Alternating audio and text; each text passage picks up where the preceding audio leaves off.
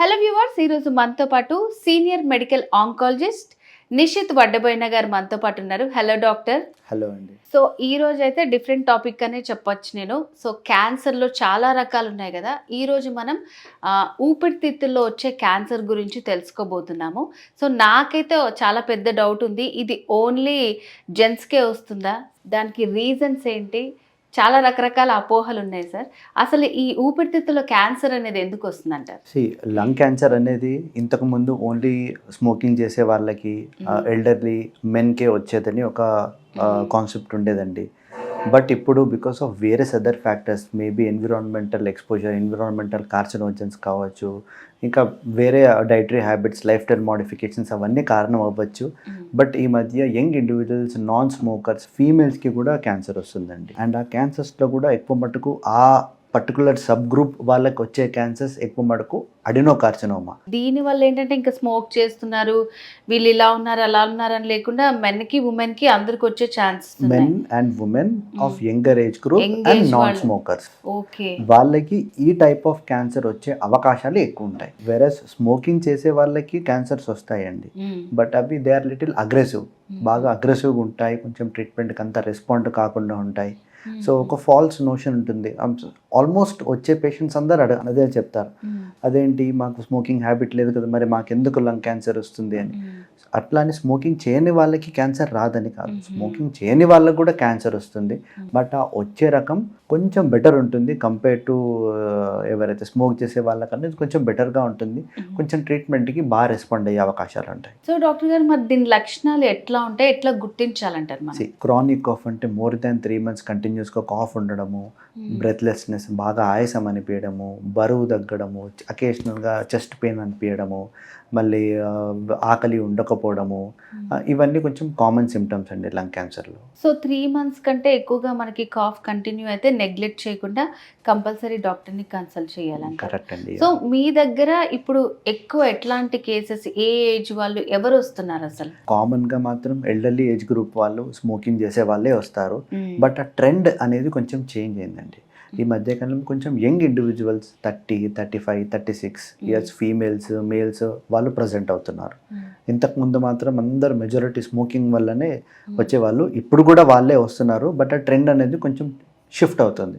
Okay, సరే. మరి మీ దగ్గరకు వచ్చిన తర్వాత ఎక్కువ ఏం కంప్లైంట్ చేస్తుంటారు? వాళ్ళకి లక్షణాల్లో కానీ అందరికీ సేమ్ ఉంటాయా?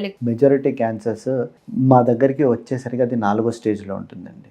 సో వాళ్ళు వచ్చేది సింపుల్గా ఈ కాఫ్ చాలా రోజుల నుంచి ఉండడము, లేకపోతే ఆయాసం చాలా రోజుల నుంచి ఉండడము, వాళ్ళు నెగ్లెక్ట్ చేసేస్తారు. నెగ్లెక్ట్ చేసి మా దగ్గరకు వచ్చేసరికి మేము స్కాన్ చేసి అవన్నీ టెస్ట్లు అన్నీ చేసి చూసేసరికి అది బాడీలో స్ప్రెడ్ అయి ఉంటుందండి వేరే వేరే ఆర్గన్స్కి. సింపుల్ కొందరు పెయిన్తోనే వస్తారు, కొందరు ఏదో యాన్యువల్ చెకప్ అని వెళ్ళి చెక్ చేయించుకున్న వాళ్ళు ఉంటారు. సో ఆ వచ్చే పర్సంటేజ్ డిఫరెంట్ ఉంటుంది. బట్ కామన్గా వచ్చేది మాత్రం cough, breathlessness and chest tightness, chest అంతా ఏదో పట్టేసినట్టు ఉండడము, అట్లా ఇవి కామన్గా కామన్ లక్షణాలు అండి ఇవి. ఓకే డాక్టర్ గారు, సరే మీ దగ్గరికి వచ్చిన తర్వాత అది క్యాన్సర్ అని కన్ఫర్మ్ చేసుకోవడానికి ఎట్లాంటి టెస్టులు చేస్తారు? బేసిక్గా ప్రతి క్యాన్సర్ పేషెంట్కి అది క్యాన్సర్ అని కన్ఫర్మ్ చేయడానికి బయాప్సీ అయితే చేయడం ముఖ్యమండి. అది బయాప్సీ చేసే విధానాలు డిఫరెంట్ ఉంటాయి. సిటీ గైడెడ్ అంటే సిటీ స్కాన్ చేసుకుంటూ ఆ ట్యూమర్ని లోకలైజ్ చేసి, ఆ గడ్డని లోకలైజ్ చేసి అక్కడ నుంచి స్మాల్ టిష్యూని తీసుకొని పంపించడం, లేకపోతే బ్రాంకోస్కోపీ అంటే ఒక గొట్టం వేసి ఆ గొట్టం ద్వారా ట్యూమర్ దగ్గరికి వెళ్ళి అక్కడ నుంచి ముక్క తీసుకొని పరీక్షకు పంపించడం అనేది జరుగుతుందండి. సో ఇది బయాప్సీ టైప్ తెలుసుకోవడానికి, అది క్యాన్సరా కాదా కన్ఫర్మ్ చేసుకోవడానికి బయాప్సీస్ మ్యాండేటరీ అండి. సో ఇప్పుడు కన్ఫర్మ్ అయిన తర్వాత ట్రీట్మెంట్ విధానం అనేది ఎలా ఉంటుంది దీంట్లో? అంటే కొన్ని క్యాన్సర్స్ వస్తే మనకి ఏంటంటే అసలు తగ్గవు, ఇంపాసిబుల్, అసలు లైఫ్ స్పాన్ కూడా తగ్గిపోతుంది అంటారు. మరి లంగ్ క్యాన్సర్ వస్తే ఎట్లా ఉంటుంది ట్రీట్మెంట్ విధానం, రిజల్ట్ ఎట్లా ఉంటుంది? లంగ్ క్యాన్సర్ వచ్చిన తర్వాత, లంగ్ క్యాన్సర్ అనేది కన్ఫర్మ్ అయిన తర్వాత ఒక next generation sequencing molecular analysis అనేది చేయాలండి. సో ఆ టెస్ట్ ఏం చేస్తుందంటే మన బాడీలో ఉన్న అనేక అబ్నార్మల్ జీన్ మ్యూటేషన్స్ కానీ, జీన్ ఆల్టరేషన్స్ కానీ గుర్తిస్తుంది. ఆ జీన్ ఆల్టరేషన్స్ని, జీన్ మ్యూటేషన్స్ని గుర్తించిన తర్వాత ఆ మ్యూటేషన్ని టార్గెట్ చేయడానికి మన దగ్గర ఏమైనా మెడిసిన్స్, అప్రూవ్డ్ మెడికేషన్స్ మన దగ్గర అవైలబుల్ ఉన్నాయా లేవో చూసుకొని దాని ప్రకారం ట్రీట్మెంట్ చేసేది ఉంటుందండి. బట్ ఈ మాలిక్యులర్ అనాలిసిస్ లంగ్ క్యాన్సర్ పేషెంట్లో స్పెసిఫిక్గా స్టేజ్ 4 లంగ్ క్యాన్సర్ పేషెంట్స్లో చేయడం చాలా ముఖ్యం. దాంతోపాటు PD-L1 స్టేటస్ అనేది ఇమ్యూనోథెరపీ పనిచేస్తుందా పనిచేయదా అనేది తెలుసుకోవడానికి అది కూడా చేస్తామండి.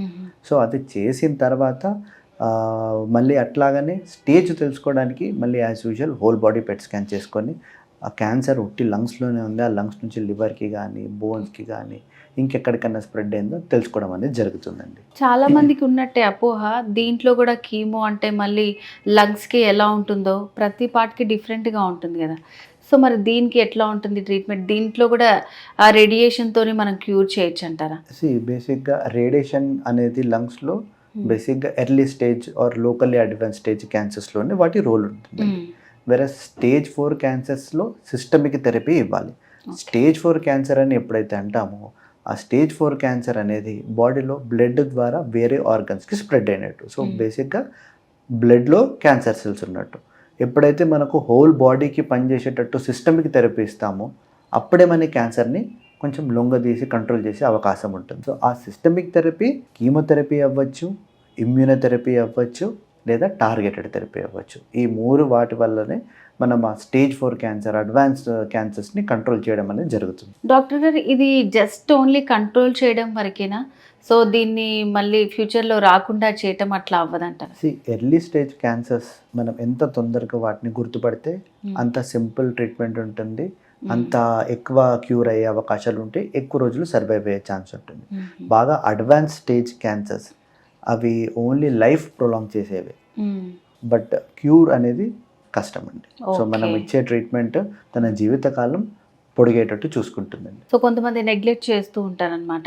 సో అలా కాకుండా వాళ్ళు లైఫ్ టైం ఏదైనా ప్రొసీజర్స్ కానివ్వండి, ఫుడ్ హ్యాబిట్స్, మెడికేషన్ ఇది ఫాలో చేస్తూ ఉండాలా వాళ్ళు? ప్రతి cancer patient early stage cancers వాళ్ళకి ట్రీట్మెంట్ కంప్లీట్ అయ్యాక రెగ్యులర్ ఫాలోఅప్లో ఉండాలండి. లైక్ ఫర్ ఎగ్జాంపుల్ ఫస్ట్ 2 ఇయర్స్కి మాత్రం ఎవ్రీ 3 మంత్స్కి ఒకసారి 6 మంత్స్కి ఒకసారి కనపడాలి. 3 to 5 ఇయర్స్ టైంలో ప్రతి 6 మంత్స్కి they have to visit their treating doctor అండి.